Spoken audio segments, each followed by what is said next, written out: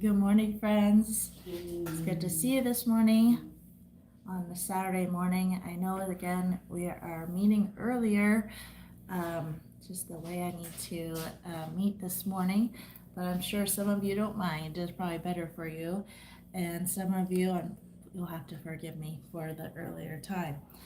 So we will continue today in the book of Exodus in chapter 17 and 18 today. 17 is a smaller chapter, but I would just remind you to buckle up, buttercup, as we get through all that God has for us today. And I hope you have fun Saturday plans. Maybe you're going to rest, maybe you'll do something with your family. But before that, of course, we'll spend our time in the Word together. And we'll ask the Lord to open thou mine eyes that I may behold wondrous things out of thy law. And we'll begin in Exodus chapter 17. I'm probably going to need to get a drink real quick.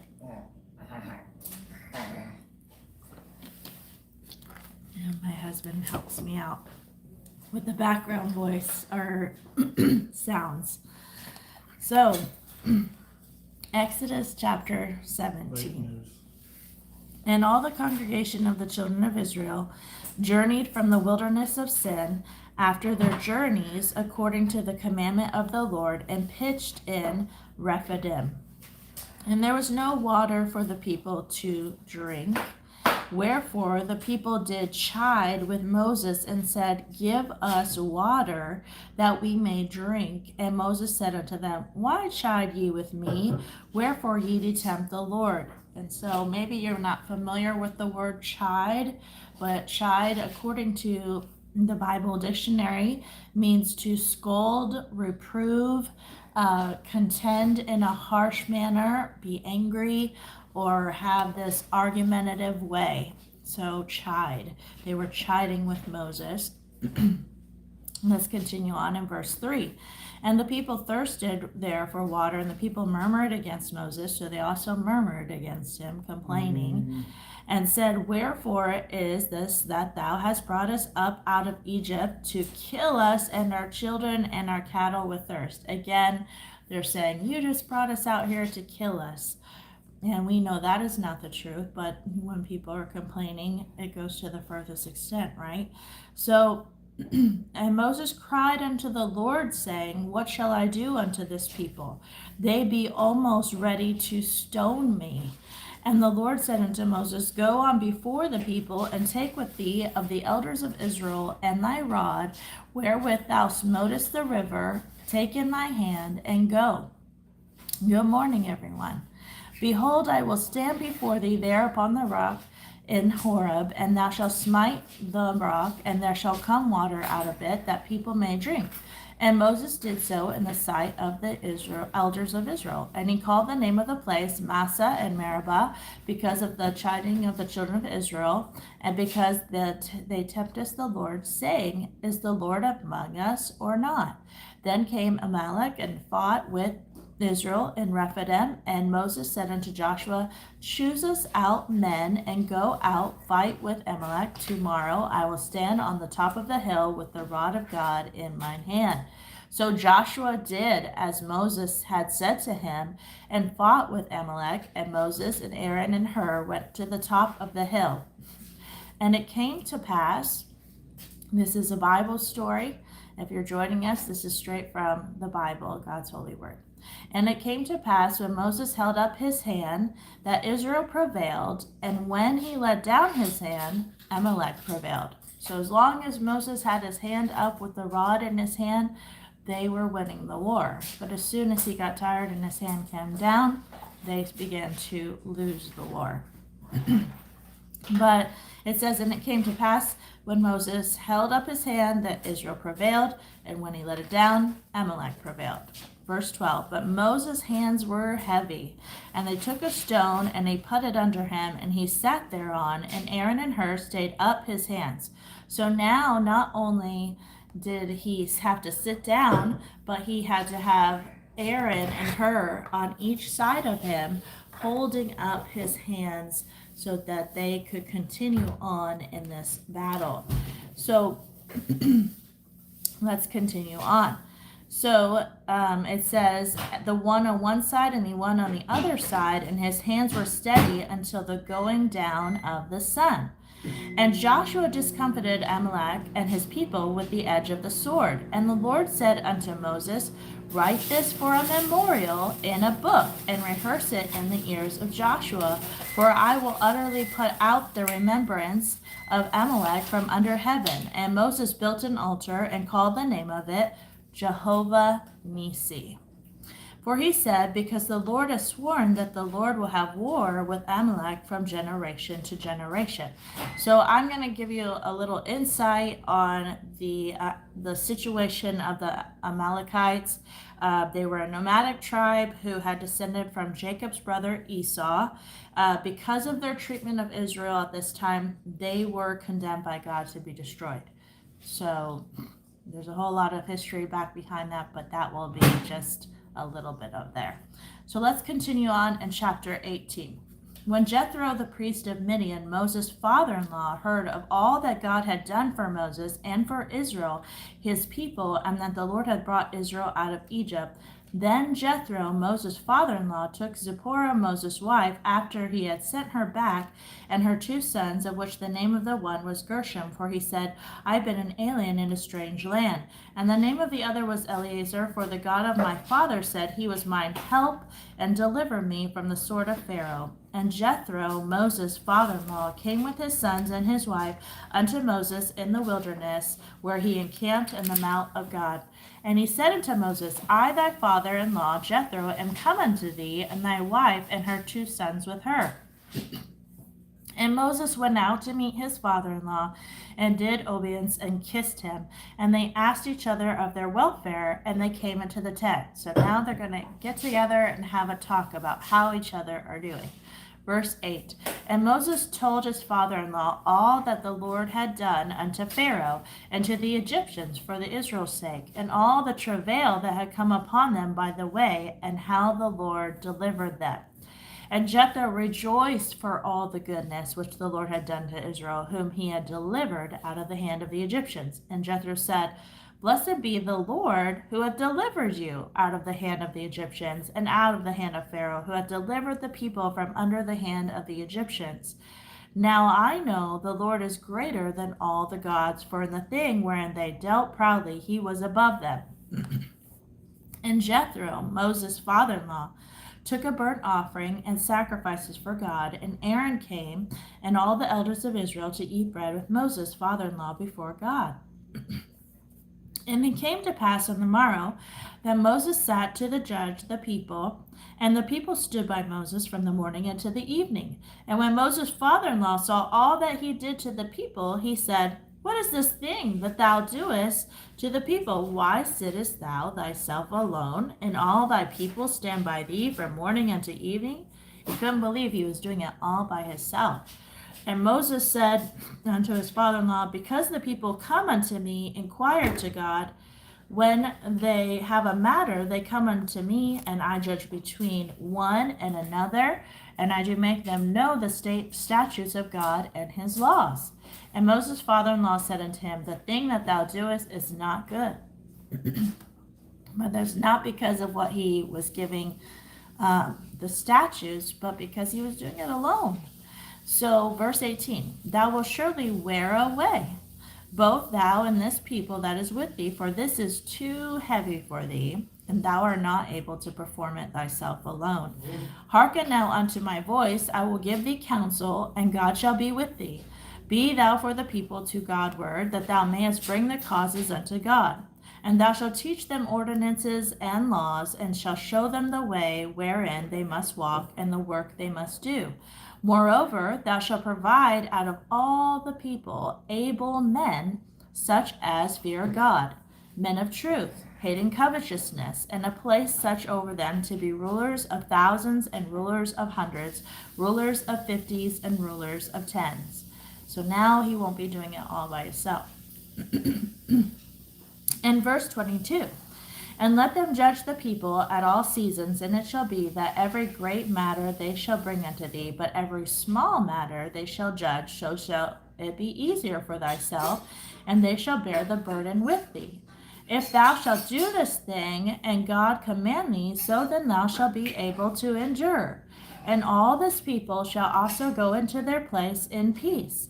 So Moses hearkened to the voice of his father-in-law, and did all that he had said. And Moses chose able men out of all Israel, and made them heads over the people, rulers of thousands, rulers of hundreds, rulers of fifties, rulers of tens.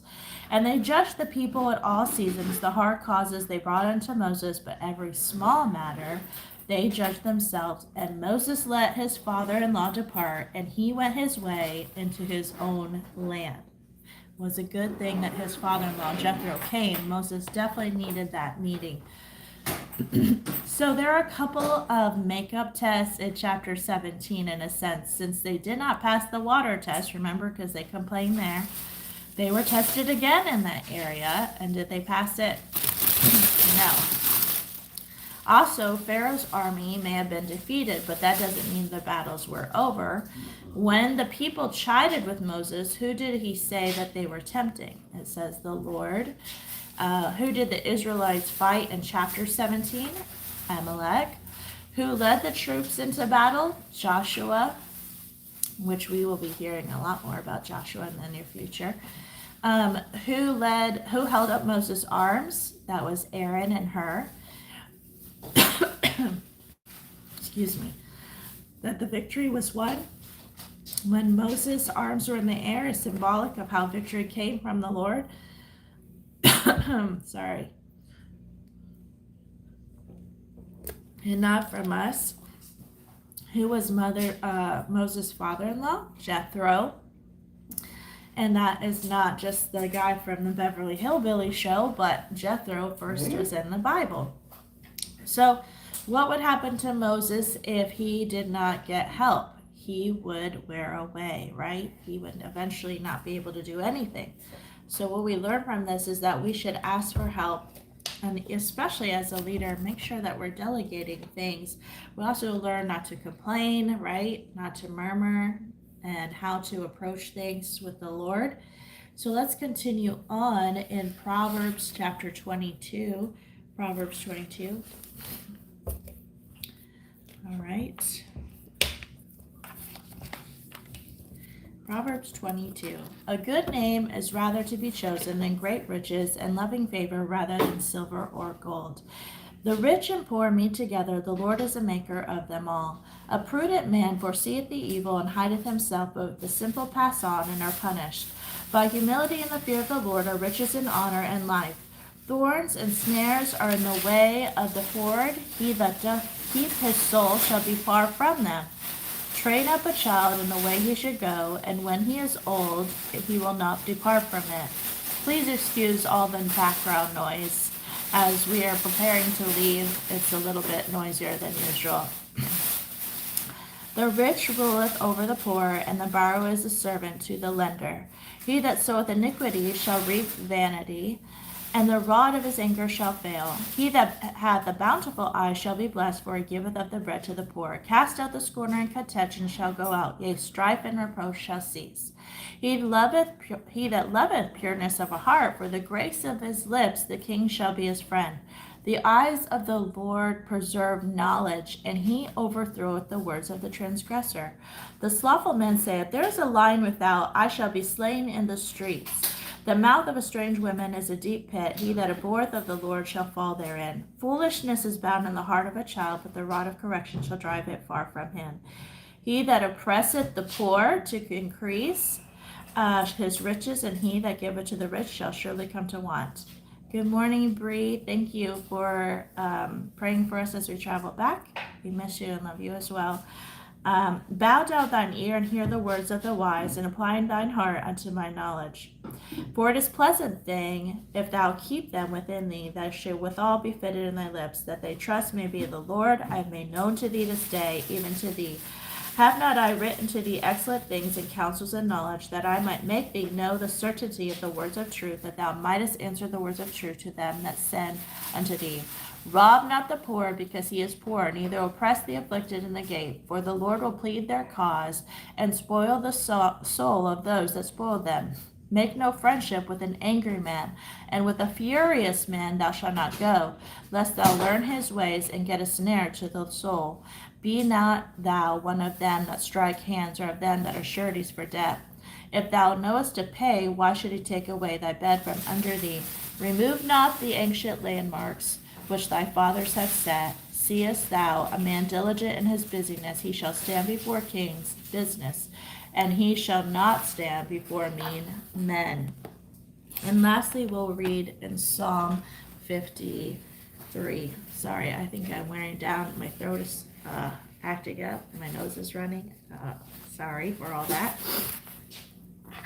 The fool has said in his heart, there is no God. Corrupt are they, and have done abominable iniquity. There is none that doeth good. God looked down from heaven upon the children of men to see if there were any that did understand, that did seek God. Every one of them is gone back. They are altogether become filthy. There is none doeth good, no, not one.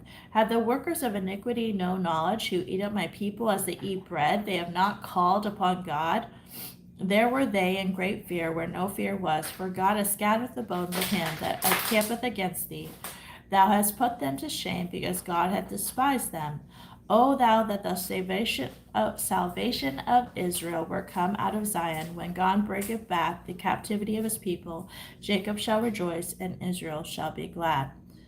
Just some insight here. The carbon copy psalm, if upon reading Psalms 53 you get the impression you have read this before, you're right, because in Psalm 14 and 53 are almost identical. The titles differ a little bit, the titles do, and one verse is omitted, and the name of God is substituted for Lord in 3 places in Psalm 53. But can you think of a reason why the message of Psalm 14 might be important enough to repeat in Psalm 53? Mm-hmm. For sure, we can. And so God definitely has something for us in that. So I am going to share with you our thankfulness today. We are continuing in praising our Lord and Savior throughout November, which we should be doing anyways and every day. But I'm going through the alphabet, and today is the letter O. And if I thought N was hard, O was a little bit harder. But then I started thinking about it. I live in the state of Florida, and what are we known for? Oranges. I love oranges, especially from Florida. I did have a really awesome orange from G.R.O.W. when we were in Israel, and I was surprised at how sweet they were. But the oranges in Florida are amazing, and I'm thankful for them, and I'm thankful for the ocean, also in Florida. I'm thankful for the beauty of it, the colors of the ocean all across the state of Florida, from the blue to this turquoise to teal. It's just see-through. It's just beautiful. And how about oxygen? I think we need that. So I'm thankful for that. And I'm thankful for oatmeal. I've been eating oatmeal since I was a little kid, and I love oatmeal. It brings me a lot of memories. And lastly, I'm thankful for the state of Oklahoma. The state of Oklahoma was my home for over 15 years. And I'm thankful for all the friends I have there, the Bible college I went to, the home that we had there, and many of our children were born there. And so I'm thankful for the time that God had us in Oklahoma. Well, I hope that you continue to thank the Lord today for his goodness and for all that he has given us. And I will see you tomorrow as we continue to grow.